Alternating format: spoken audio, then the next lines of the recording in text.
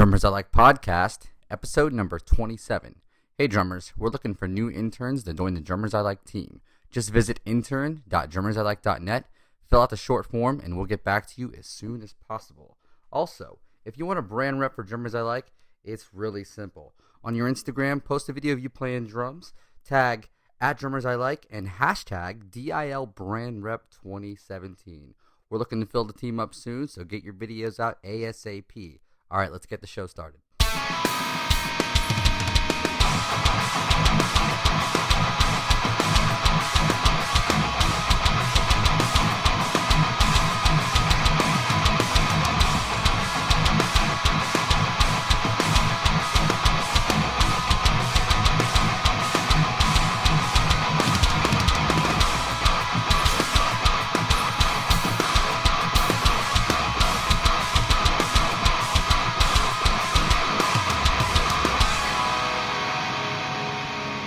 Hey everybody, welcome to the podcast.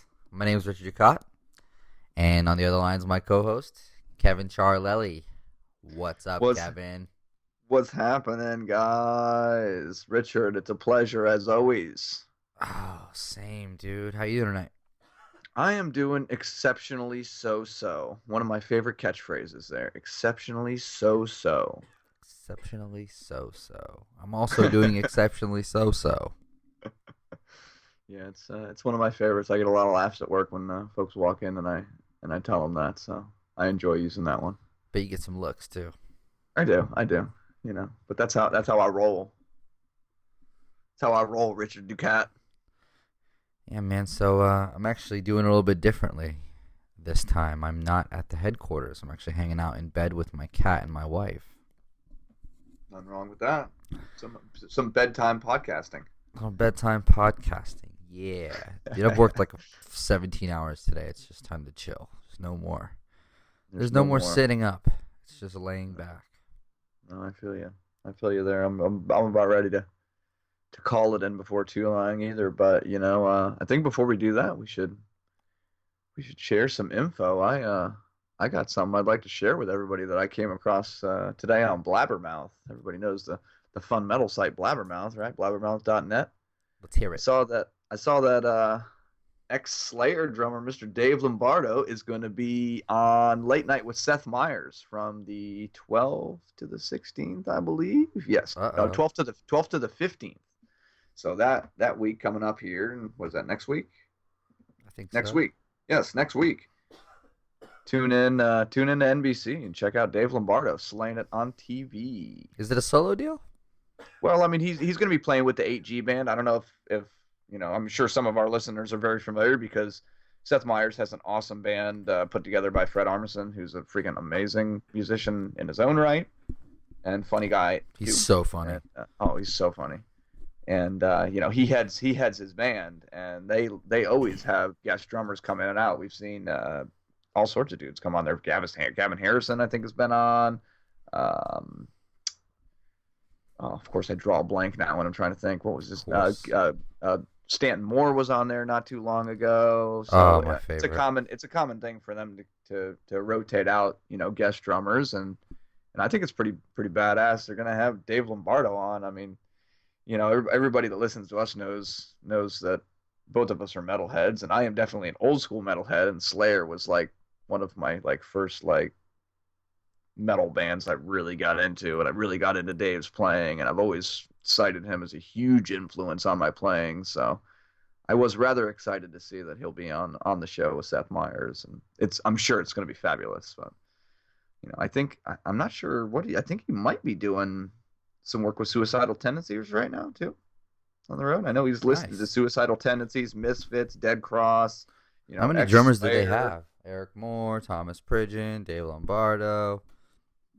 You know, I mean, they have had a rotating drum throne there for quite a while, but it's always awesome players, dude. Buddy Rich, what? Tony Royster, what? Stuart Copeland, Dennis Chambers. I mean, they've had everybody. Oh, you're talking about on the Seth Meyers show? No, I'm talking about Suicidal Tendencies. Ah, you done confused me there, Richard. Oh, that was good. Well played, sir. Well played. Yes. So what about you? What do you got going on?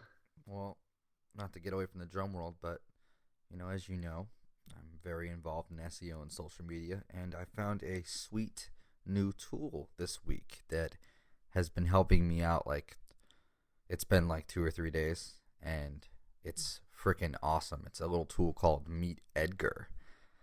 I think I told you about it before our You listeners. did, you did.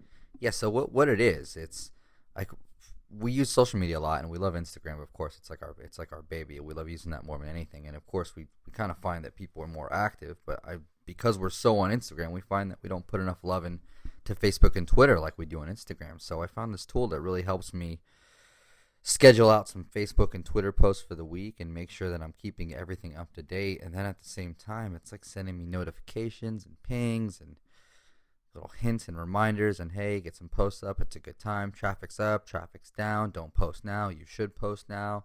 It's like a really sweet tool. But here's the thing: is I heard it when I was listening to this Smart Passive Income podcast, so I was like, "Oh, this is sweet. I'm gonna go sign up for it." Sign up for all the forms, and they hit me with it's $80 a month. So immediately I backed out and I said, "All right, whatever." Well, 3 days later, they sent me the typical please be our customer email and decided to give me 30 days for free, which I'm sure they'll give anybody that goes and signs up for a account and then doesn't buy it. So go take advantage if you have to run social media accounts, because it's like a lifesaver. Not only does it help it with drummers I like, but plenty of other accounts that I use, and it's got a really cool interface and it's fast and it's really really cool. But I could go on that, but I do have a little extra piece of news that I'm excited to drop. That I just kind of remembered as I was talking about this stuff. Hmm. And it's the Drummers I Like app kicked off this week. The build, the beginning build process, and I'm like super excited about it. It's going to be a really cool game. I think people are going to really like it, and it's going to evolve into some pretty cool, better games. Be the right word for it. Much more evolved, and I think it's going to change the way people practice. Yeah, that got Yeah, started this week, man. that's great. And for those obviously who are new to hearing any of this, yes, we are working on a gamification style kind of an app to gamify some drum practice. You know what I mean? Show everybody that when you kind of mix practice with games, you find yourself doing it more often. Yeah, it should be fun. It shouldn't be like it really should be a lot more fun than let's sit down and look at rudiments for 4 hours and like Yeah, a it can lot be of tough. It can be tough. right. And I took the approach of never really working on that stuff and working on like just learning songs, which was really cool. I got really good at certain things, but ultimately I wasn't really skilled in like basic drum knowledge, which it really held me back. And I think that if I would have had a different approach, or would have been, I mean, I hate to say it, a little more fun to practice, I think I would have worked on my rudiments and like all those redundant single strokes and counts with your left foot and just all those little things you really got to do to work, on really having the formal abilities that a well trained drummer has. Yeah, absolutely. And I mean, we all know it takes a lot of discipline to sit there and practice your rudiments and all that stuff. But if you can make it fun and it helps you learn, why not try it? You know, Absolutely. the proof's in the pudding. Speaking of learning songs, man, I think we talked last week, and I'd mentioned that I've got this cover gig that I'm trying to prep for. Man, I have been running through some tunes, You said you had 200 songs you had to learn. and it's not quite that many, but I probably have a good 70, 80 songs on a playlist on Spotify that I just sit there, whenever I can allow time in my schedule to sit down there for at least an hour or 2 hours. I think I sat on Saturday. I sat down on my drums at the warehouse there for 2 hours with the earbuds in, worked out a bunch of stuff, and then tonight I spent another hour sitting at the V drums, just going over stuff and just trying to prep. I got maybe another week or so to kind of get myself prepared for this, and then I can start doing shows with these guys. So it's definitely been a daunting task. I've been snooping around on any good session guys shortcuts on learning songs, but the nice part is I'm pretty familiar with almost all these, so the forms and everything, they kind of fall together. They're typical rock form stuff, and there's a few breaks and some stuff that are just going to take a little woodshedding with the rest of the band, but I should be getting in the warehouse, I think, with them here in the next couple days and running through tunes with them and preparing. So, guys, stay tuned, and I'll be sharing more of my experiences with Bullet Theory here on Florida's East Coast. What a We've got name. yes, yes. I can't vouch for that name, but I can tell you I would gladly sit in behind the drums and make a little extra cash and play some drums. It's never a bad deal when you can play drums for a few hours, put a little extra cash in your pocket. One of the guitar players in this group, me and him have played music off and on since we were like in like fourth or fifth grade. So, we read each other pretty well, and it's always fun jamming with those guys, even if it is some tunes maybe that I don't always personally listen to myself or anything like that. Sometimes you just got to do what you got to do. Got an opportunity, got to take it.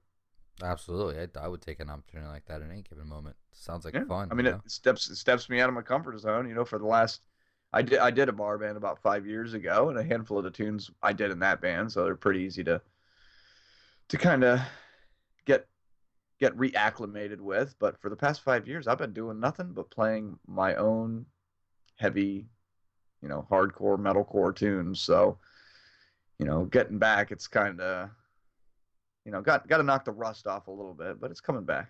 Every 9 seconds, rest in peace. Oh, man, that was even longer ago. Oh my goodness, that was a while ago too. But we've spent a lot of time talking about all stuff we got going on. I think we need to let everybody know who we got on the show today. Yeah, it's Seamus Menihane of Right. Vanna. The drummer of Vanna, among others. I mean, this guy has been a busy cat, and I love watching his stuff. It's awesome. He's so He clean. he's got so much flow. He's another one of those like I can play any type of music players and make it look good. He's got pocket while playing double bass and like metal fills and blast beats, and he's just kind of like all into it. I like watching him play, and you're right. He's very busy. He's very playing with a couple different bands. He's doing a lot of sessions. He's teaching full time. I think that takes a lot to really make it your full time career and take every aspect of it and make it your own. So I'm really excited Yeah, to talk to him. yeah, definitely, definitely. I'm excited to get into some good stuff. Talk about what he's doing with Vanna, kind of how that whole process has been, and talk about his teaching. It's pretty cool. I think he's working with what is it, Music Mentors Online. I think he's doing Skype lessons with. So, getting into that, let our listeners know they need to get on there and book some Skype lessons with Seamus and expand their drumming knowledge. Yes. So without further ado, why don't we get this thing started? Let's do it. All right. For your listening pleasure, Seamus Menihane.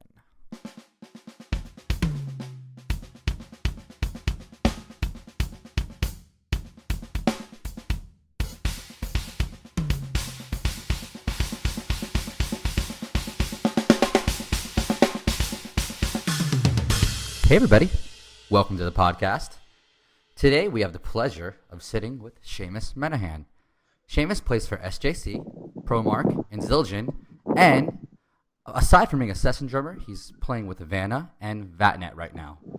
It has been kind of an awesome experience watching all your videos, Seamus, and listening to some of your playing. I just want to say, man, I'm excited to have you today. And how you doing?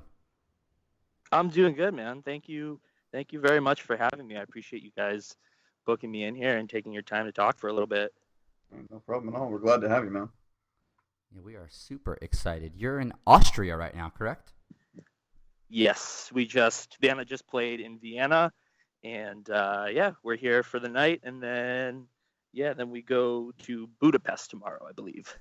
Out of curiosity, what time is it there? It's midnight right now. Okay, yeah, that makes sense. So I'm in Florida, and it's about 6:20. Yeah. So Yep. Wow, you guys are late night podcast. Yeah, I'm in Yeah. Los Angeles, so it's 3 p.m. for me right now. It's very We're all over very the place right daylighty. The international podcast.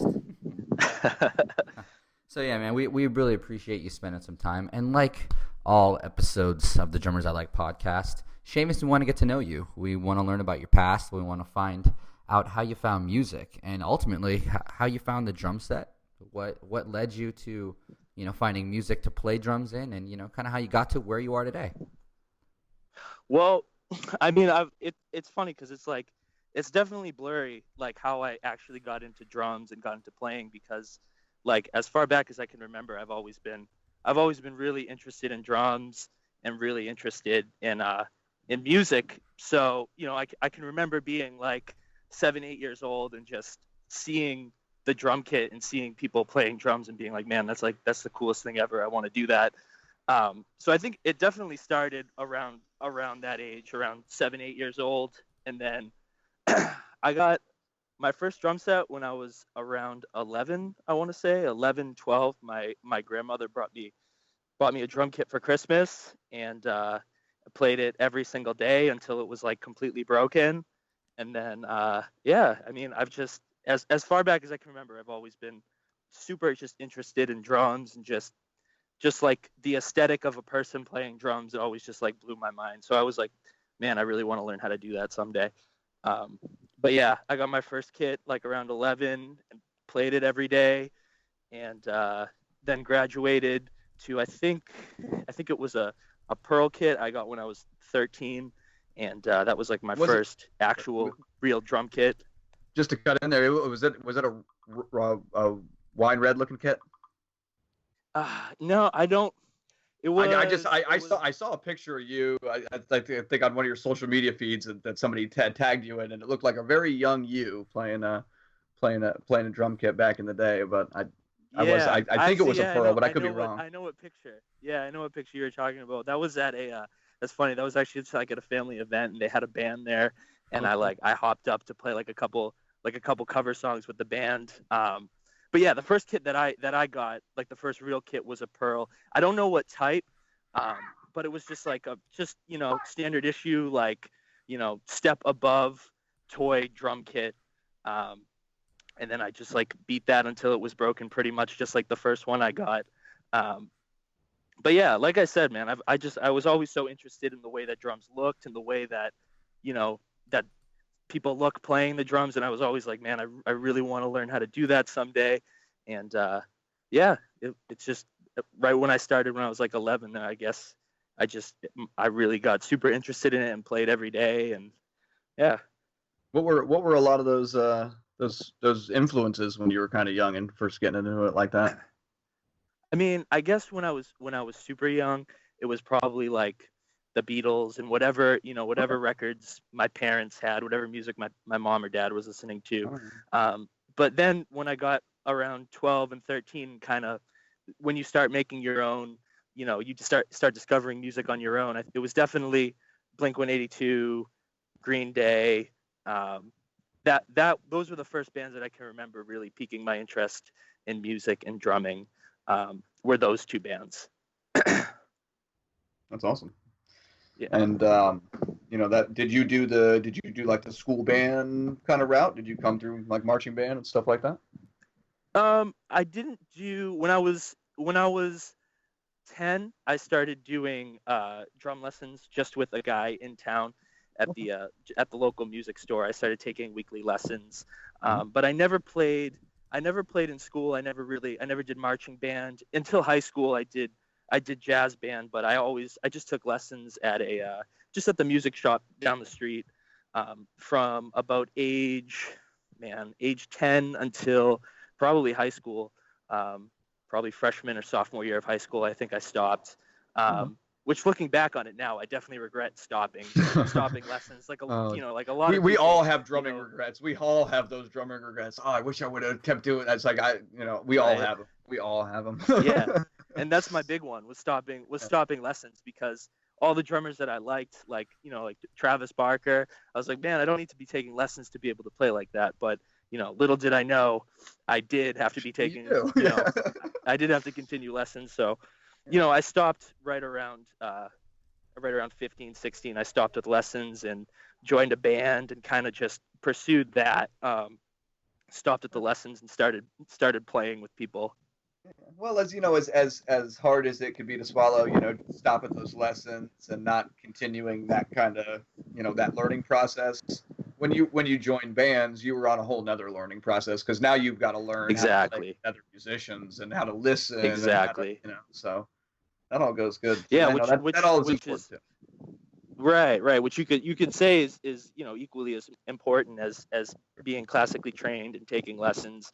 That opens up a whole new world in your playing when you start playing with with your friends and people your age, and you start trading bands, what bands you're into, what bands they're into. That's kind of like opens up a whole new world as far as your playing. But yeah, that is a drumming regret for sure, not continuing with the lessons. Sure. I can, just not doing more education when I was younger on drums myself is a big regret of mine as well. So just means we have to work harder now, but that's okay. Oh yeah, absolutely. Making up for lost time now. We've all seen your playing, so we know that you've done pretty well, coming to where you're at now. So you've done a great job, Seamus. Thank you. No problem. Now, when you started to do the band thing, was it was it right into kind of like pop punk stuff? Was it kind of where you started to get into heavier stuff? Kind of how was that? Yeah, I mean, I think the first band I did was pretty much covers, and I think we were doing Green Day covers and Blink-182 covers, and pretty much all the pop punk bands that people my age grew up listening to. We just learned the chords and figured out how to play them, and we're doing that. And I think I did that for probably 2 or 3 years, and then when I got freshman year of high school, I joined my first actual band and kind of started working on our own songs and learning about writing music as opposed to just covering other people's songs and songs that I liked. Kind of like started to learn about how to write a song. Yeah, well, there's a lot to that. Freshman year of high school, yeah. So freshman year of high school is when I first joined my first actual band. I guess you could say. Mm-hmm. Cool. And like you said, that was kind of a pop punk kind of setup. Yeah, it was. Yeah, it was a lot of pop punk stuff, and then kind of ended up playing a little bit more aggressive music towards the end.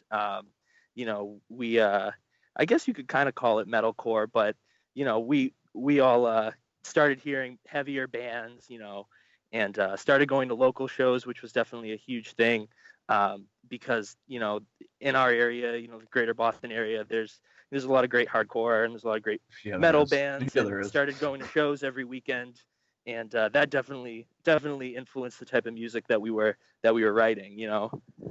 Well, Rich and I are both metalheads, so the Boston scene is awesome. It's got to be awesome to be in that kind of scene, I mean, me and Richard. Great. It was great growing up in that scene too, and being able to go to shows every weekend and see bands from out of town. Yeah, absolutely. There was always good shows going on there. Good shows. One of the actually, and they had actually come. Like I said, I'm in Florida. I'm in the Vero Beach area. Richard is actually from the area where I'm from as well, before he moved out to LA. But Black My Heart played down here in like a tiny church. They were from the Boston kind of the Massachusetts. Yeah. I knew they were kind of. I think they were outside of Boston, but I mean, I just thoroughly enjoyed seeing them, and just there's tons of acts, tons of great acts that came out of that area. So you're right. I mean, you had to be exposed to a lot of good stuff. A lot of good stuff. Cool. For sure. And it was cool because the place that where I grew up in Salem, New Hampshire, was really only I'm like 45 minutes to a half hour from Boston, and then 45 minutes north is Manchester, where there was a venue when I was a teenager. There was a venue up there, so I could go to the city 45 minutes away and see a show, or I could drive 45 minutes north and see a show. So I definitely feel lucky of the area that I grew up in, just because there was always live music. Like I could always go anywhere. Any weekend there'd be a handful of shows going on all around me. For sure. So that's, looking back, it's like I was really lucky to grow up where I did, where I could catch a show every weekend. Yeah. No, absolutely.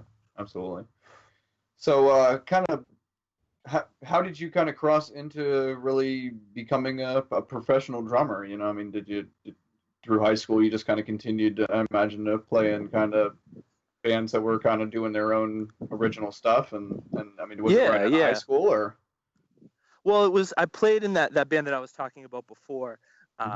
I played in that band. Actually, we still play every once in a while. You know, when we started back when I was in high school, we had a different name, but we've kind of continued playing all throughout the years. So that was like my first real, real band, I guess you could call it, experience, where we were booking our own shows, and then in a couple of years we started booking our own tours. So that's kind of how I learned, being in a band and how it works. And I think, sophomore year we did a tour during the summer, and then junior year and senior year, and then I just decided I really love doing this, and I want to continue doing it. So that was the thing that really taught me how to be in a band, I guess you could say. And then when I graduated from high school, we continued. We did another record and toured a little bit, but we weren't super active. And I kind of wanted to pursue touring and pursue playing a little bit more serious, and that's when I ended up joining Vatnet. I think a couple years out of high school. I think I was either 19 or 20. My buddy Chris just asked me if I wanted to do a tour with them, and that was really when I decided I really want to tour, I really want to play and try to take it as serious as possible. Yeah, no, definitely. And you still play with Vatnet now, so we've talked about that a little bit, so that's cool. And kind of how did all that lead to getting to Vanna? Well, I've known a bunch of the guys in Vanna for a while, just being from the Boston area. Like, I grew up going to see them, see them around Boston a bunch, and just kind of developed a friendship with them throughout the years. And then a little over a year ago, their drummer had to step down because he got a full-time job working at Vic Firth. Couldn't continue touring. Wow. So I got just a text from Davey, our singer, asking if I'd be interested in writing the next record, and that slowly turned into touring. And that was probably last September, so a little bit over a year ago. But yeah, I'd known them for a while before, just from like the local scene, like I was talking about. Well, I mean, I know, they had. How many albums had they cut before you wrote your album with them? I know it was at least 3, right? Yeah, I think they did 4 or 5 records before I was in the band. Yeah, definitely. I think 4 or 5 full lengths. So yeah. They'd been around for a while before I joined. And I was kind of just in doing my own research, kind of reading the whole like Vanna backstory. I mean, they've gone through a lot of drummers, so I mean, that's had to be a lot of back catalog. I mean, I'm sure you guys, probably play most of the relevant stuff, but I mean, that's a huge catalog to get from. You know what I mean? Yeah, it was definitely a lot of going back and listening to old songs and relearning old songs. I mean, I guess luckily now we really only play a lot of the last 2 records, and then a lot from the record that I was on. So the learning curve wasn't too crazy. But yeah, it was a good amount at first, going back and listening and learning old material. Just like any gig, though, any new gig, you got to go back and you got to do your research, do your homework. So only because I am going through kind of a similar situation right now and having to go back and familiarize myself with a bunch of songs that I haven't either played or touched in a really long time. How did you go about that? Did you like put that stuff? Did you just like soak it in? Like anytime you were listening to music, you were listening to that. Anytime you were behind the kit, you were playing along. Kind of how do you tackle learning a catalog like that, or at least learning a fairly good amount of music?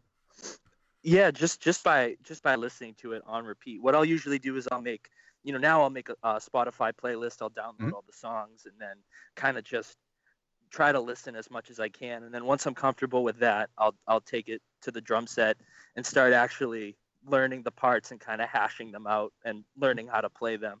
But at first, step 1 is usually just getting the material and then just listening to it nonstop, and then taking it to the kit and kind of starting to develop the muscle memory with the songs. Yeah. Well, like I'm on the right track because the first thing I did was went and made a Spotify playlist, and I've only been listening to Yeah, that like the last 2 days. yeah. So It's so convenient. It's so it convenient these is. It days with is. Spotify and everything. You know, you don't have to get all the CDs or anything. So Plus, of course, I don't have a like a premium membership to Spotify. So, when you make those playlists and the playlist I have is like 70, 80 songs and wow. it's a shuffle. Well, I mean, I'm getting ready to sub in for a friend of mine's cover band that needs a drummer and possibly would take the gig. It's going to all depend, but it's a lot of material, and granted, a lot of it I've heard plenty of times before. But you put on a playlist, and you can only shuffle play it. So I kind of like where you're not sure what's going to pop up next. It's not like it's in your alphabetical order you put them in or anything. Right. It's like who knows what the next one's going to pop into, and you better be ready to Yeah. play along. If you're listening Oh along. So yeah. I kind of enjoy that. Yeah, definitely keeps you guessing on what's next. But that I found that's the best way to learn it is just going back and listening a ton, until you don't want to listen to the songs anymore. Even for me, at least, that's been the best way of kind of going over old material that I didn't have a part in writing. Yeah, it's like if you wake up in a cold sweat, like singing the song, then you're doing it right. Then you know you're on the right track. That's right. That's right. You're on the right path. Absolutely. Absolutely. But yeah, I guess that really kind of brings us to where you are today, I think, right? Playing with Vanna, you're hanging out in Austria, you're doing, European tours, which is awesome. Get to Yeah. see a whole bunch of cool stuff. So It's been super fun, man. This is my first time over here in Europe doing a proper European tour. Because Vatnet did a festival a couple years ago, and then I just came over here earlier this year with Hit the Lights, filling in for a couple of UK shows. But this has been my first time doing like a proper European tour. It's been super fun. The shows have been really good, and it's been cool seeing all these places. yeah, it's got to be amazing. I haven't got a chance to go to Europe, but it is in my bucket list. So in the bucket list, soak it up, Yeah. man. It's an awesome experience. The one thing that Yeah, I'm I'm bummed. always It's almost halfway over. I think we just oh, hit the halfway point a couple shows ago. what So I are think some we of got the like. oh, I'm sorry. Go ahead. Go Go ahead ahead. and finish it. Oh, I'm I just said gonna say, it's been awesome. It's been the past couple weeks. It's gonna start coming to a close soon. So I'm pretty bummed, but it's been great, man. what have been some of your stops, kind of, or at least some of your highlight stops? What has been like most enjoyable for you over there? Um, Man, highlight stops. I think all the Germany shows were incredible. We did Berlin, Leipzig, and I think one more, but I'm blanking on the city right now. But I know all the Germany shows were really cool. We got to go to Helsinki, which we had to do an 11-hour ferry ride from Norway to Helsinki, which was cool. We crossed over the Baltic Sea. Um, which was awesome. The show in Norway was awesome. All the shows are kind of starting to blend together a little bit at this point, but it's all been super fun. Cool. Oh, that's great. Awesome experience. Yeah, and that For sure, man. I wish I could get over to Europe for that long, especially just to play some drums like that. Man, that'd be a lot of Yeah, fun. right. You get to go to Europe, Yeah. play drums, and soak it all in. So that's great. Yeah. I'm kind of curious though. When you go out of the country, do you normally pick the kit that you bring, or is something normally provided? Um, Normally for me it's been provided. I'm sharing a kit with another band on this tour, so sharing for this time around, and then I think the last time I was here I was just using the festival backline. So I've really just been using what's been conveniently available the past couple times I've been here.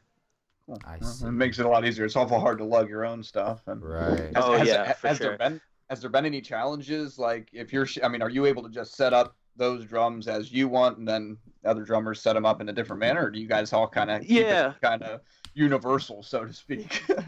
Well, we pretty much. I mean, luckily we have the same setup pretty much. Oh, Just okay. one There we go. tom, No. one rack tom, one floor tom. So it's pretty easy as far as the actual drums go. And then we each have our own set of hardware, which is probably the most difficult part. I'm sure, as you know, like sharing drum kits the hardware is the most challenging one because everybody likes their own setup. So we each have our own hardware and we just swap them out after we play. But yeah, it's been great. Like I said, it was good that we both had the same configuration as far as like one tom up top, one on the floor, and then 22-inch kick made everything super convenient. But I will say, flying with cymbals and breakables, even that is a pain for sure. So it's cool to get here and then have drums and everything ready to go, not have to worry about flying with anything. For I sure. see. Yeah, I can't even imagine. I wouldn't, just like the horrors I've already had experience flying, in the country with bringing drum stuff or personals in general. Right. I don't even want to. I don't want to know what you're going through, buddy. Yeah, luckily nothing broke because I flew with just with a soft cymbal bag, and as I got to the airport I was like, man, I really hope none of my cymbals break, but luckily everything made it over here in one piece. Nice. But yeah, just flying with gear in general is such a pain. Nice. So we know that you like to have the one up and one down scenario on your kit, but yep. I kind of want to get into specifics here. What is your setup preference? What do you normally like for that top rack? What do you like for that floor tom? What's the cymbal preferences? I want to know. Well, I've kind of always stuck to the one up, one down tom configuration. Right now I'm playing a 12 by 7 high tom, which is cool because it's really shallow.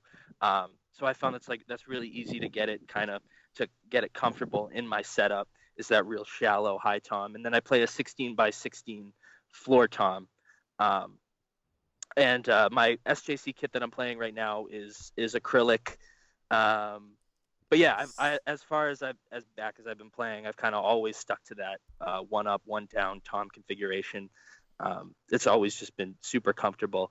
As far as cymbals go, I usually stick to a little bit bigger cymbals. I'll do a 23-inch Zildjian Sweet Ride, and then a 20-inch A series crash to my right, and a 19 crash to my left. So I like big cymbals, and then 16-inch crashes for hi hats. Oh wow, nice. These are 16-inch crashes. See, I have a set of 15-inch new beat hi-hats that I love. I mean, Nice. I had the 14s before, and then I got the 15s, and I was like, oh my god, 15s, where have you been all my life?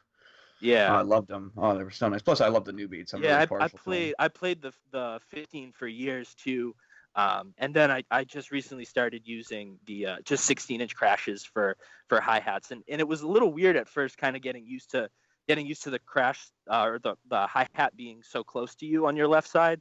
But I love it. It's super loud and always cuts through. So that's definitely been like a staple on my kit for the past like year or so. Out of curiosity, what two cymbals do you use kind of to make the Right now I use a custom 16-inch crash and then a K custom dark crash on the bottom. So a custom on the top. Dark. Oh, that's nice. Yeah, exactly. That's the thing that I love about it. Is just it meshes together really nice. The light top and then the dark sounding bottom was definitely a cool sounding combination. So I've been going with that for a little while now. But I always like to switch it up and kind of just experiment with new sounds. Kind of all over the kit. Like I go through rides all the time. I like to keep them nice and big ride cymbals, but I'll go through, I'll do 23, 24, really whatever I have that's not broken at the time, because I blow through cymbals so quick out here on tour. So sure, you're right. Yeah. I mean, that Sweet Ride, especially 23-inch, but I love that Sweet Ride. Those Sweet Rides are so nice. Yeah, it's super comfortable. It is a sweet ride. Yeah. It's funny. They named it right. It's not exactly the same thing, of course, because it's not that I wouldn't consider it the real deal. But I have a little Roland TD11 KV, and I started using Superior Drummer again recently. I stopped for a while, but I finally got another copy of it, and I just made my hi hats on my Jam kit 16-inch Zildjian A Customs, and it's funny that you brought that up, because I almost like. I can't say that from experience what it's like playing with 16-inch crashes, because it's just little Roland, electronic cymbals. but I love the Right. sounds. I love that. I love how loud they are and how Oh yeah. dark and how good the decay is, and they just cut. Mhm. It is good. It's awesome, right? Yeah, no, it's It so is Yeah, good. good. it's great too because I found usually I'll go through a tour and by the end of it I'll have my hi-hats will either be cracked, but I realized that if your hi-hats are bigger, they don't sound as bad once you get a crack going in them. So, the big hi-hats definitely compensate for the fact that by the end of the tour my cymbals usually completely beaten. Nice, nice. That's a definite positive to look at. I don't. Yeah. I got to start hitting harder, man. I don't think I could ever break a cymbal. Oh, I could go through cymbals like there's no tomorrow, but it's like nowadays, just I'm like, no, I can't break cymbals. So it's like I've been working a lot on just kind of how I hit the cymbals and how I position the cymbals to try and do what's is best for the cymbal because it needs to last. For my budget, it Right, needs to right. last. I'll tell you what, Totally. those rolling kits help, Totally, man. and I'm the same way as I always, for years I've just been blowing through cymbals and cracking them, warping them, and everything. So it's definitely I've done the same thing. I've gone back and really, focused on how I'm hitting the cymbal to try to get them to last a little bit longer. It's tough though, especially when you're But playing heavy, aggressive, anything that's like that. I mean, 7 and it's days a so week. easy to just yeah, right. And it's so Right. easy just to, your adrenaline goes. You hit harder, you get Oh, in yeah. you get in the moment and sometimes it's easy Exactly. to forget exactly how you're hitting the That's cymbal because you're feeling yeah, it. yeah, that's the thing. You get caught up in the moment, definitely, and your adrenaline plays into it a lot because if it's a good show and you get up there and you're hitting the drums harder and you're playing faster, your technique tends to kind of go out the window. Right. So Yeah. that's something I've been trying to do recently is even like while we're playing is kind of focus in on what I'm doing and make sure I'm hitting the cymbal properly. That has Nice, been very something nice. I as well has been working. I play in kind of a I as well metalcore-ish. Yeah, that sounded awful, right? But I've been playing stuff that's kind of like metalcore, kind of that bury your dead meets Acacia Strain meets it's got Mhm. some a little bit more metal in it. But I find the same thing. I'd be at a show and we'd get done playing and we'd be packing up and I'd be like, God, I don't really remember even playing. It's almost like I'd be so into it, I'd almost like black out. Like, you know what I mean? I wouldn't Right. remember after the fact. And I was like, this Absolutely. probably isn't good. Like, I don't even remember if, like, did I miss this part? Or, you know what I mean? Like, I couldn't reflect, kind of. And it was Right. like, I have really got to just start focusing, especially at shows. In a practice setting, it hasn't been like that nearly at all. But it's when you get to a show and, like I say, things are going great. The crowd is loving it. And you almost lose yourself. And you're right. The Oh, yeah, last thing you're probably absolutely. thinking about is your technique. So Yeah, that's definitely. I'll say I mean, this. that happens to me all the time too. yeah. Yeah, it's something a lot of people battle with, but it's not something I hear talked about a lot. You know what I mean? I haven't heard a lot of drummers mention it. Nope. Right. Broken cymbals make us sad. They That too. do. They make me very sad. I'll say Yeah. this. I'll say And this. I already cracked one of the. I think I brought 2 or 3 backup cymbals on this tour, and I've already blown through 2 of them. So yeah, it's funny that you mentioned that because it is something that people don't really talk about too much, but you get caught up in the moment and you're not thinking, and then before you know it, you're kind of just you're bashing through the set, and then by the end of it, you're like, damn, I broke my ride cymbal tonight. I can't afford a new one. It's Absolutely. some you kind of I keep seeing this vision in my head, and I got to mention it because it really falls on that subject of breaking your cymbals due to being in the moment. And sometimes you just it's hard to give a damn when you're trying to really put on a good show. But I think it was 2013, and I was at South by Southwest. I was doing merchandise for Versa Merge, and Animals as Leaders was playing, and this was back when Naveen Copperweiss was the drummer, and he Mhm. was on stage. He had like maybe 7 or 8 beautiful vinyl cymbals. I remember him setting them up, and I'm like, wow, these are the nicest cymbals I'll never be able to afford. And by the end of the show, he had broken but the hi-hats, every single cymbal. And he's like getting off stage, throwing them all in the trash.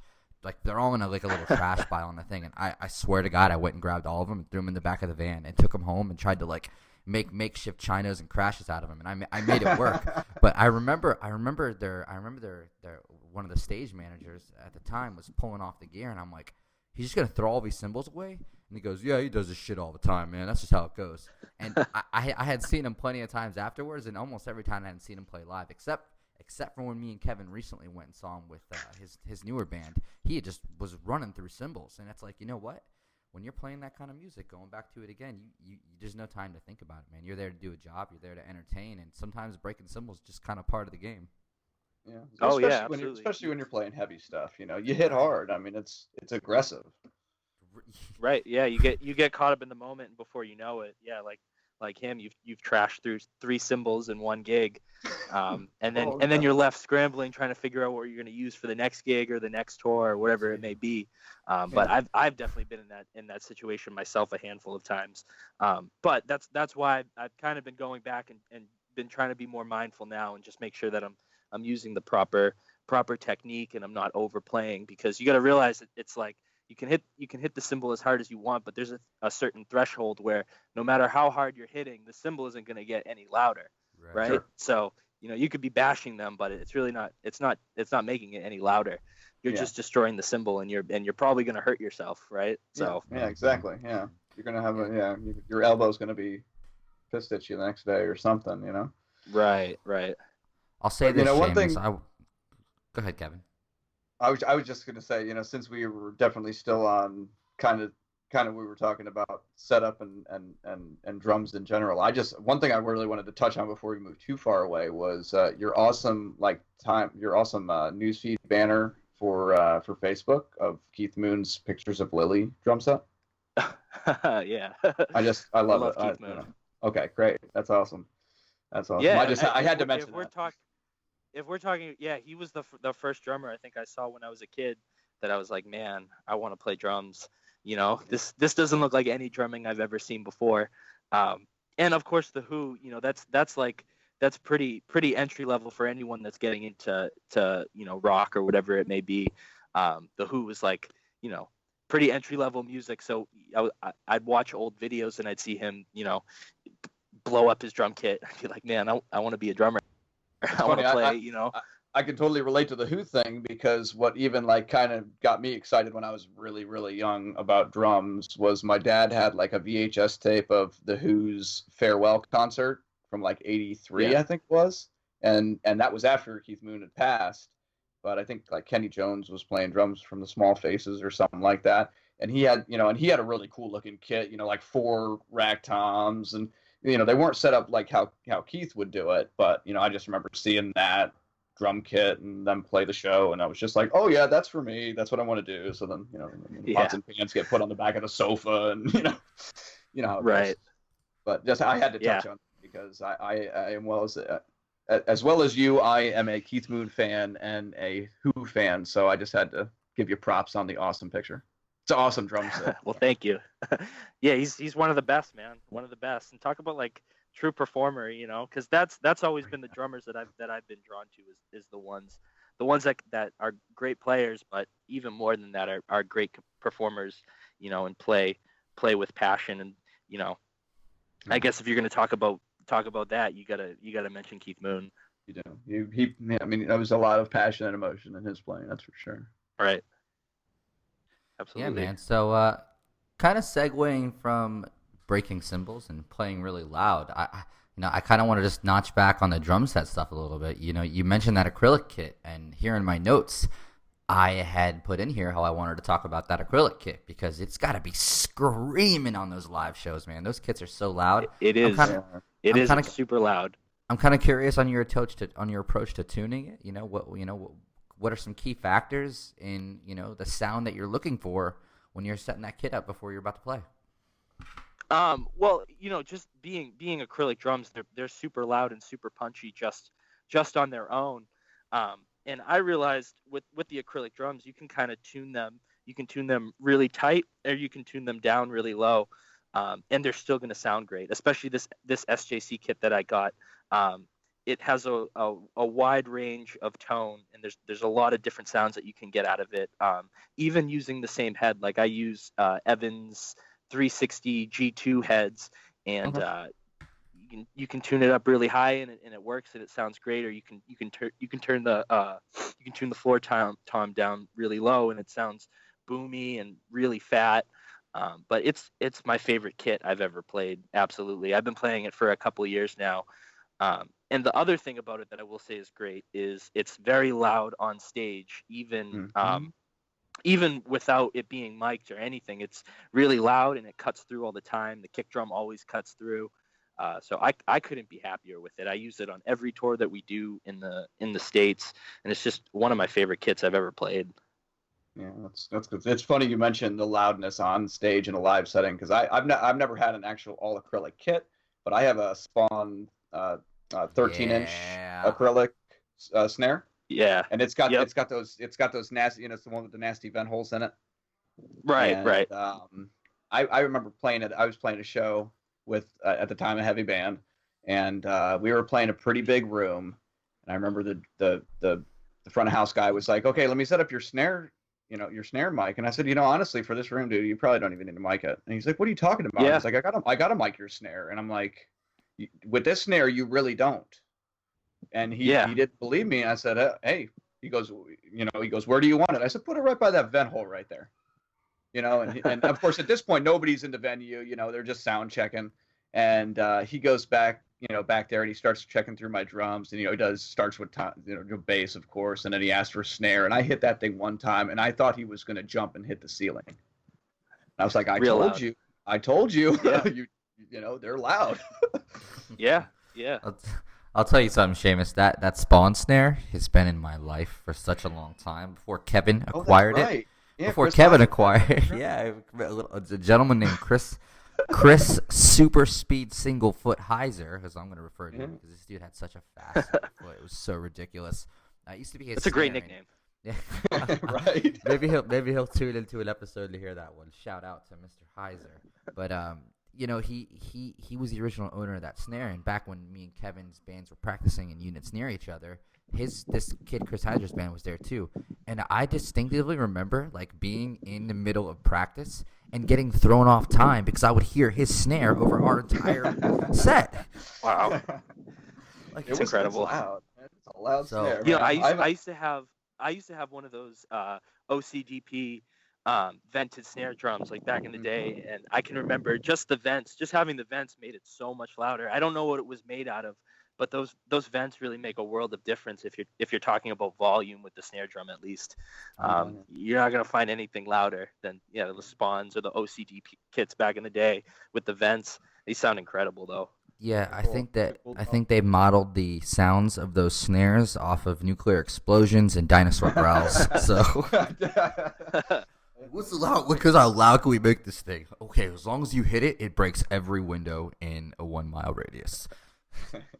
Sold. Now, and it's the same with the acrylic with the high tom and the low tom too, is because a lot of the rooms that we play are really small, so they'll mic up the kit, but there's really no reason to, because those drums are so loud and they cut through so clear. And that was my favorite thing about it when I got the kit at first, is because we play a lot of really small rooms, and I never have a problem hearing the kick drum, even when I don't have a monitor or anything, and it's just the kick by itself. I never have a problem hearing it. It cuts through all the time. So that that's just another reason why that's my favorite kit to play with, my favorite kit to play out. So yeah, I think a good lesson for a lot of even just local bass drummers, maybe young guys that are looking to get a kit. And of course, we've seen there's some kits out there that are acrylic that are pretty cost effective out there nowadays too. I think DW is making a performer series acrylic that's not too, it's not crazy expensive. So just goes to show you, if you're playing local places, small places, of course, I can't remember the last time I had full drum miking or anything like that, or even a monitor that probably worked. So, to be able to have that, it's almost invaluable. You're just I can hear everything so nicely. It's a luxury for sure. It's something to get used to, because we were playing so long, the drums wouldn't be mic'd, we wouldn't have monitors. So it's sometimes we play these bigger rooms, and it's a nice sound system, and you have a monitor. You gotta get used to it, just because you're not used to hearing what everything sounds, what your kit sounds like when it's all mic'd up. Right, that's true too. That's very true. That's very true, man. So I think that we're coming to a head here on this little interview, and we're starting to get near our infamous rapid singles round. Well, not to kind of cut in too much, but the only other thing really that I've got to touch on with you too is you're doing lesson work with Music Mentors Online. Is that correct? Yes. Yep. So I mean, do you teach fairly regularly, like through them only, or are you more do you do touring lessons and lessons back at home as well? Yeah, I do. I do Skype lessons through Music Mentors, and I've been working with them since around last spring, and it's all Skype based lessons that I do when I'm back home, and I do it when I'm on tour as well, when we tour the states. It's all Skype lessons, and then I teach private lessons back home at a local music shop too. But I've been working with Music Mentors probably 6-7 months now, and it's awesome. It's a great company. I met the owner Dave from he plays in a band called For Today, and we did a tour with them last winter. And me and Dave just hit it off right away and got to talking. And he told me about this company that he has that offers Skype lessons online. And I thought it was like the coolest thing ever. And me and him got to talking and figured out, that he asked me to be a part of it, and I told him absolutely. So it's been awesome, man. It's a really cool setup where you can give lessons to anybody, pretty much anywhere. Like we have a couple of students that I got to meet on this tour, one in Germany. So it's just awesome. You can kind of connect with people all around the world. Yeah, that's a really neat concept, just to be able to, say you're doing Skype lessons, and then like you say, you come to town, and then you get to, do that in-person lesson, and it just kind of ties it all together too, to sit down with you personally like that, after obviously, going through the Skype thing, which is awesome too. So Right. very cool. Yeah, Very cool. it's really cool, man. It's cool to be able to connect with people and make new friendships. I've been teaching a couple of my students for 6-7 months now, so it's so awesome seeing them grow as players and as people, and it's a really cool thing to be a part of. So, but yeah, Very much before so. that, I was just teaching at a local music shop in town, and then giving private lessons at my place every once in a while. But the teaching thing, I really picked up the past year or so. So I'm still fairly new to it, but I really enjoy it. I'm hoping to continue doing it when we get back from this tour, jump right back into it. Yeah, definitely. Well, it's cool to see, to meet another guy that's involved with Music Mentors Online, because you're not the only one we've had a chance to talk to on the show. I don't think we chatted with him about it too much, but we had Pablo Viveros on from Chelsea Grin, and he's also, I think, a Music Mentor Online guy. So, it's cool to see they're doing good and bringing, drumming lessons as well as other lessons to the masses. It's a great way to do it. We have all this technology, so We might as well actually take advantage. we had Alex from Silent Planet. He's a music. Oh, is he mentor working teacher with as them well. too? Oh, Yeah, he does a little bit of work with them too. I've seen them post. Alex teaches through Music Mentors as well. Damn, you guys Great are guy, some too. nasty Great guy. ass drummers, man. Woo. He is, man. He's a monster for sure. You are too, man. You guys are. I'm saying you guys are insane to watch. Like this like all these drummers, music mentors are scooping up to do lessons are like just some of the sickest drummers I've seen. I mean, it's wild. You guys are just nasty. Oh, thank you, man. Yeah, dude. No problem. It's part of the reason why you're here today. I gotta say, I didn't get to mention it before, but it's crazy to hear you even breaking cymbals, because all the videos I've watched, man, you've just got superb technique. You really hit hard and precise. Your dexterity and just all around playing. It's just a pleasure to watch, man. So I gotta say it again. We really appreciate you coming on the show today. We appreciate you spending time with us, because you are a nasty drummer. And anyone Thank you listening, so much, please, man. go check out Seamus and get a lesson, because he's nasty. Yeah, definitely. Thank you, Get man. on Music Mentors, hit them up. If you're in that greater Boston area, you got no excuse. So Yeah. Yeah, I'm always down just to hang out and talk drums and play. Even if it's not a lesson, like that's the best thing about drums, is just connecting with other players and just jamming and trading ideas. It's like one of my favorite things to do. So yeah, man, thank you though. I appreciate the kind words. Yeah, dude. And anytime, and I agree, mental practice is equally as good as physical. Talking and thinking about it and just wrapping your mind around the whole concepts is such a big part of the whole idea of it all, I feel. So with Yeah, definitely. with without trailing on too much about how sick you are, let's I think we're good. I think Kevin, anything else you want to get into before I segue on into the rapid singles? No, I think that was it. I just wanted to make sure Cool. we touched a little bit on Seamus's teaching there, and I think we're ready for Agreed. some singles. Awesome. So, for any new listeners, Rapid Singles is a set of 6 questions based to kind of, put our friend Seamus here in the hot seat, grasp some value for you listeners, and kind of give you guys all a great piece of advice, some good advice in general. So, Seamus, if you're all ready to go, let's get this. I'm ready. Let's get Rapid Singles going. All right, question number 1. What was holding you back from becoming a successful drummer? As in, what was that bar you really had to get over to where you were like, all right, I'm here. I'm ready to go. I'm ready to tour. I'm ready to cut records. I'm where I want to be. Just probably just the uncertainty of not knowing when your next gig is going to be, like going out on tour and not necessarily knowing when your next tour is going to be. I mean, obviously, it's like there's not a whole lot of security in doing this. But once you get over that and kind of just dive right into it, that's the only thing you can do. But that's definitely a hard thing to kind of get around is you don't necessarily know when what your next move is. So, dude, I just got to pat you on the back for that answer because, everyone wants to talk about the glitz and glamour of being a musician and how cool it is to tour and blah, blah, blah, blah. But one thing they fail to mention is that consistency is key, and it's not any day the band could break up. You could lose your gig. right. There's just so much more that is at stake at all times. That if you're not thinking, right. if you're not, just the pressure, you want to keep working, you want to keep playing, but there's a lot of outside factors that are kind of out of your hands at certain times. Right.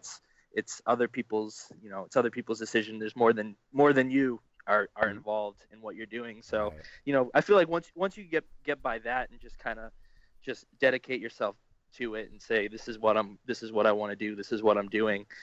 That's the most important thing, I feel like.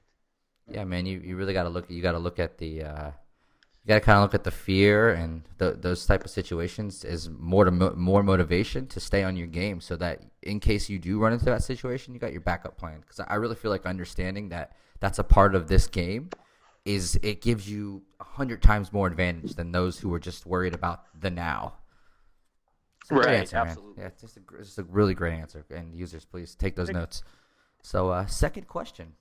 What's the best piece of advice you have ever received as a drummer?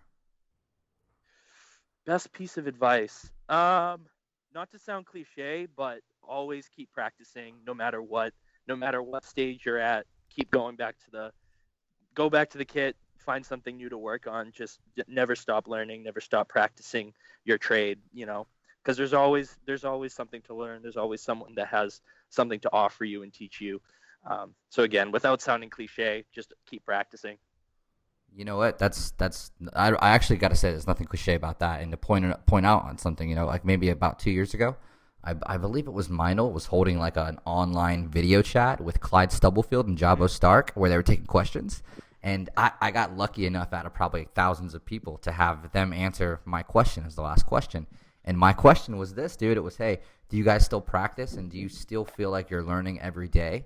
And Clyde and Jabo, I think, are in their 70s and 80s.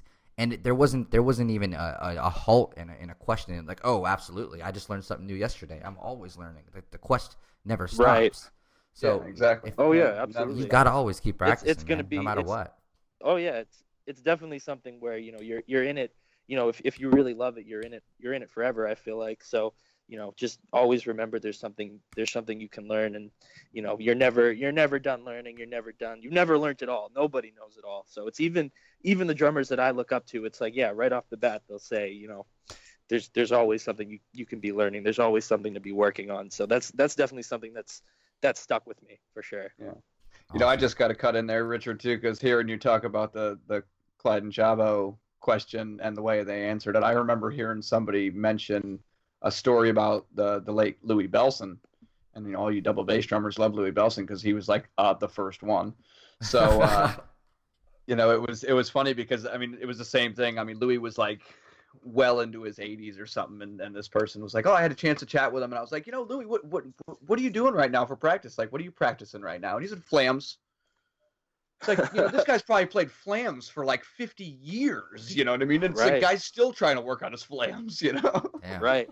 And it's so cool. We have it so easy these days because we have YouTube, and there's so many resources that you can go on, and you can learn so easily, and you can learn so quickly, which is awesome. Which I'm so thankful for, because it's anytime you kind of feel like you're getting in a rut, or you need something new to work on, you can just go right online and find a million different things that you can explore. Yeah, absolutely. Yeah, absolutely, man. Yeah, so just a great answer. So let's moving on to question number 3. What's a personal habit? What's a personal habit that contributes to your success? Personal habit, and that's a tough one. That's a tough one, man. Personal habit, I definitely like working, and I like being on tour. I like staying busy. More than I like being at home and not playing. So just saying yes to things. Like, I have a hard time turning down things as far as playing goes. So I don't know if that's a habit.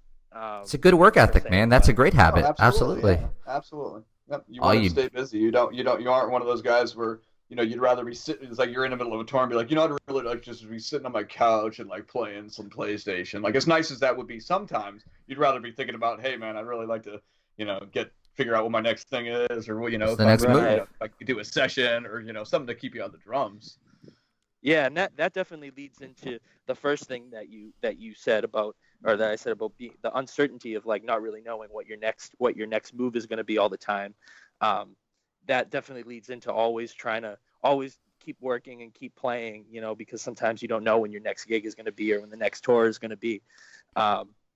So yeah, I definitely have a hard time kind of sitting still when I'm at home. I kind of like to always keep working on something, whether it be music or teaching or, whatever it may be. But yeah. Dude, I love it. And for all you millennials out there who just want to press a button to get a job, take one in from Seamus. Get that good work ethic. I just got to say, like, I'm pretty sure that not to sound like your grandfather or anything. Yeah, right. I'm pretty sure all three of us right here are actually millennials. I think like I'm like the very tip. I'm not sure. How old are you, Seamus? I'm 23. Okay, so I'm 30. I'll be 33 in June. So like, and I'm sure I think if you look back into it, it's like my generation. It's like the very start kind of it. I was kind of in the early wave of what you could still call millennials. I wasn't really Generation X. And then, of course, downhill, we're all there. So, we're just making fun of ourselves, really, when we do that.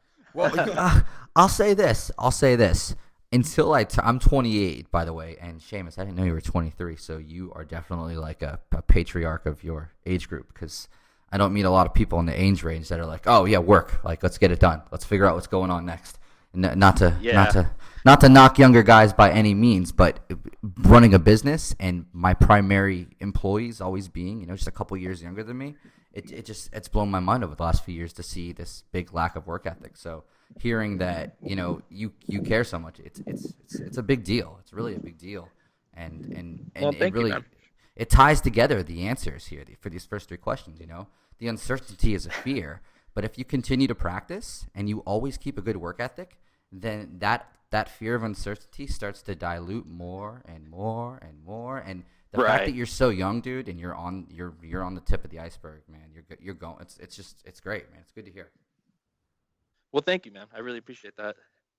Yeah, no problem. And on the whole millennial thing, Kevin, that until maybe I was 26, 27, that wasn't even like a hot word. No one used that word ever. No, it wasn't. But I'm saying if you actually go look at what the actual like date ranges is, like for the people born, between this time and this time, like I think it is. It's like 83 or something to it. I forget exactly what the end year was, but it was deep in the game. Big. It was wide. It was a wide swath of people that are in that millennial generation. So, like I said, I have a little bit of Generation X in me, just because I was kind of right there at the beginning. But still, Generation X is still not quite my deal. I mean, I've always been around computers. I've always been into technology. I've always had one in my house. As soon as so those kind of things really play into that. And having the internet at our fingertips, I've always had that. So that's very millennial. So, and not to get into a millennial discussion. It's fun though. It's it's a fun discussion because I always feel like that's kind of mixed up in the air. I've definitely found that there's a lot of the people that have the best work ethic that I see, and a lot of my peers are people that that are in the arts or that play in bands or have some sort of creative output in their lives, just because based on the uncertainty of that's what you want to do, but it's so difficult to kind of make it into a career. It's very inspiring seeing people around our age that are just workhorses and just continue to stay motivated and always doing new things and pushing forward. It's definitely super inspiring. So that's definitely a big thing, is seeing other drummers my age that are touring all the time and playing all the time. It definitely makes me want to continue, pushing forward and, doing it as much as I possibly can. You made a good point there, because if you look at the spectrum of the brain, left brain, right brain, most musicians I feel are, on that right brain spectrum, but the availability of making it out now that you can do this as a professional, as a career, being able to play drums in these types of bands and be out on the road and making a living, I think it's forced right brainers to get into the more business aspect of things. And when you when you lock that down and you understand how that stuff is, and you're like, all right, cool, I just got to do a little bit of this stuff, and then I can be as creative and badass as I want, then it's golden. It's like the golden ticket, man. Right, absolutely. It really is. So, not to get too stuck on question 3, I think we move on to question number 4. Cool. What's a personal habit that contributes oops. Wait, no, you've already did that. I just read that one wrong. I don't know why I did that wrong. My bad. I'm reading notes here, everybody. I'm reading notes here, and I just kind of looked up. And keeping notes on it. So, sorry, question number 4. Share a resource similar to a metronome or a drum key that helps you survive as a drummer. Resource helps me survive. It could even be an app or something electronic, whatever. Something that helps you, though, every day as a drummer that you have to have. I definitely say now probably the internet or YouTube, just because it's a constant source of new material that you could be learning. YouTube is great. Like, I was just having a conversation actually earlier today with another drummer on this tour about how great Instagram is too for drummers, just because it's such a quick way to connect with other players, and you can put a 15-second video or like a 30-second video now up of what you're working on and share it with the entire world. So it's just like a constant source of inspiration, because you can log on and see whoever your favorite drummer is working out a new idea. So I'd say YouTube and Instagram now is definitely a great resource. Yeah, I agree. Another great answer, and one we've heard that used a few times, definitely for number 4, but it's just invaluable. So we're bound to hear it more. So I use it every day of my life. I think we all do as drummers. Too. Every day. Yeah, we all. Yeah, every day, every single day. Every day. So moving on to question number 5. If you could recommend just one drumming book, what would it be and why? One drumming book, like a rudiment book or something along those lines. You can kind of be creative. You know what I mean? If it's a rudimental book or an exercise book or something, like a technique book, you can mention it. Maybe it's a drummer's biography that you really liked. It could be anything. Yeah, and to kind of expand to get back on Keith Moon. Okay. I read I remember being really young and reading that Keith Moon biography, and just being like my mind blown at like all the stories and his life story. So not necessarily like a rudiment book or anything playing wise, but I'd probably have to say the Keith Moon biography. For me, at least, personally. Totally dig that. I could totally dig that, because I am a big Bill Bruford fan, and was like at a young age was a big early Yes fan, and maybe like 4 or 5 years ago I went and grabbed his autobiography, and I loved it. I mean, it was like I couldn't put it down, and the insight into some of those days in that band, which I looked up to, and kind of how the inner workings were, and just hearing it all from his perspective, because it was an autobiography for him. It was, that was definitely one of my favorite books, and one I'd recommend to any drummer as well. Yeah. So yeah, Keith Moon, he's the man. Awesome. Oh yeah. Awesome. So moving on to the sixth and final question, the infamous question number 6. Are you ready, Seamus? I am ready. All right, so listen in. Imagine you woke up tomorrow. I was trying to make it sound epic, sorry. Imagine you woke up tomorrow in a world exactly like ours. You still had all the same knowledge and talent that you have as a drummer, but you know nobody. All you have is $500, a smartphone, a portable drum set. You got somebody that'll like drive you around, bring you to gigs and stuff like that. And your food and board, your rent, wherever you're living is covered. What would you do first to get back on the workhorse? I'd probably go online and I'd see if anybody in my area needed a drummer, or I'd download Instagram and I'd start posting drum videos, because like I said, that's a great way to connect with other players and other people in the community. But both of those are free, so I'm not sure where the $500 is going to come into play. So I'd probably buy a drum kit. I'd get everything I needed, and you already have a drum kit. You already have one, that. So you're good. Yeah, we gave you that. Oh, you got a drum kit. You got a smartphone, and I'm going to be really nice here, and you can have that new Google Pixel or an iPhone 7 with that 4K video, and you already have a drum set. Your food and your board, everything's covered. You just don't know anybody. The $500 is just kind of some spending cash that you have in your pocket. So that sometimes we have guys that that find something that they want to do with that $500 that would be part of what they would kind of help put themselves into their next scenario, so to speak. Yeah, you just don't know you don't know anybody, but you know everything you know. I'd probably take that $500 if I couldn't find someone else to play with, and maybe invest that in starting another band or starting a new band, and and going that route. That's an interesting question. It could be. It is. It's we just kind of did it it puts somebody on the spot. It's a different kind of scenario. You never know what you might get out of it. But yeah, I mean, if you could take that $500 and have a few maybe CDs, like professionally printed for, like I say, trying to put together a band, or even a little bit of merch or something if you're just starting out, I mean, that could be huge. Yeah, I'd probably do that. I'd probably take that money and invest it into a new band or a new project, and try to start something new. Mm-hmm. So yeah, that's a cool question. I like that. Yes. We always have a lot of fun with it. That's why it's the infamous question number 6. Yes, and that's a good answer, man. It's very cut to the point. You should use the internet. Try to use resources like Instagram. I honestly think Instagram is the greatest social media tool of all time. I think it smashes all other tools, and the fact that they implemented the live stories was like the game changer. And now they're going to do live streaming. I have a couple accounts that I manage, and one of them landed in that beta program, so I can do live Instagram streams, and it's like flawless. It is really nice. It's really simple, and for people that have spent all this time building themselves up on Instagram, but they can't get it on Facebook, it's going to be a big game changer for a lot of people.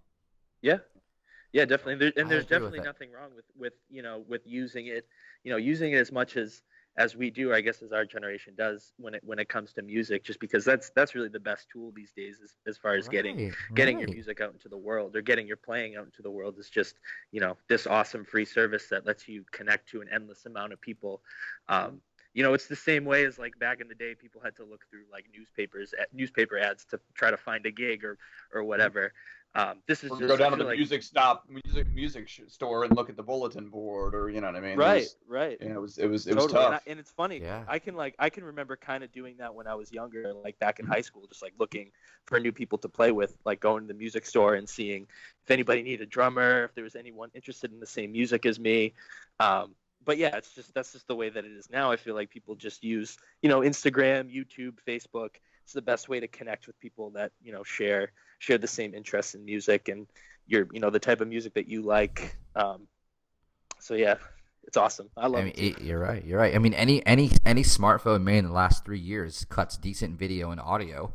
You could literally have an Instagram Yeah. profile with no followers, no friends, no anything. Cut some sick videos and just use the right hashtags, and immediately, anyone from the industry to really big drummers to just local guys could just find you out of the blue, and that could get you the gig that you need or get you the following that you Oh, need yeah. almost in as short of a time as a month for some people. You know, Yep. look at Josh Manuel from Issues. He was just doing YouTube covers, and then boom, he gets picked up by Issues. Well, Right. I mean, we talked to Josh. There's more to it than that, but still. But you're right. I mean, you know what I'm saying. You know, But what you I'm still saying. you see it happen a bunch these days. You see that same scenario play out Look a at Luke bunch of Collins. times, just with a bunch of people that I know as well. You know, started doing with the YouTube covers or whatever it may be, and then ended up playing in a band that they were covering on YouTube. So Right. it's a great way to just get yourself exposure. I mean, you never know when somebody could stumble across that and they just, found out that the drummer's leaving them in 2 weeks, and all of a sudden they saw this killer player just happen to pop up on their social media feed, and he's maybe in close to the area. All of a sudden, boom, you've got an option. So Yeah, if and you it's didn't still, do it, then you wouldn't have that opportunity. So. dude, and it's still open waters out there. It's not like there's 100,000 super crazy drummers. If you got talent, guys, and you got a smartphone, man, film yourselves. Put yourselves out there. It could get you that gig you want. It could help you find the bandmates you're looking for. There's just so much that it can do. But without getting too deep into the theory of that question, I think that we're coming to a close here, Seamus, and we're gonna come here and wrap things up here for the Drummers I Like podcast. cool. And Awesome, man. Well, thank you guys for having me. I really appreciate it, man. Thanks for taking the time out to chat for a little bit. Oh, no worries, man. We appreciate you taking the time out. Being in the middle of a European tour, and it being like 1:30 in the morning now, probably, or something like that. So. Yeah, it's a little late. I'm actually standing outside of the venue right now because it's the only place that I can get Wi-Fi right now. But yeah. Okay, so we got to let you go, man. Thanks a ton for doing this with us, man. Yeah, but before we of do, course, man. Thank you again. We'd love for you to just let all our listeners know how they can find you, how they can book a lesson with you, and any shout outs you want to do to friends, fans, and family. This would be the time to do it. Well, you can find me on Instagram. It's just my name, Seamus Menihane, on Instagram, Twitter, Facebook. As far as the lessons go, if you want to book a lesson through Music Mentors, you could head over to the Music Mentors website. I think it's musicmentorsonline.com, or just at Music Mentors on Twitter and Instagram. Send them an email and we can book a lesson. And just thanks for everybody that's listening, and thanks to you guys for taking the time to talk, and everybody out there that's listening. Absolutely, man. Thank you. As we said again, we can't thank you enough as well, and we can't wait for you to get back stateside, and maybe see about some U.S. tours in the future, and catching up with you when you're here in Florida or in L.A. Absolutely, man. Hopefully I'll talk to you guys soon. Yeah, man. Cool, for sure. All right, Seamus. Thanks again for your time, man, and hopefully you can go get some rest. Yeah, right. Get some sleep. Thank you, man. I appreciate that. No All right. problem. Well, good night, Seamus, and thanks again.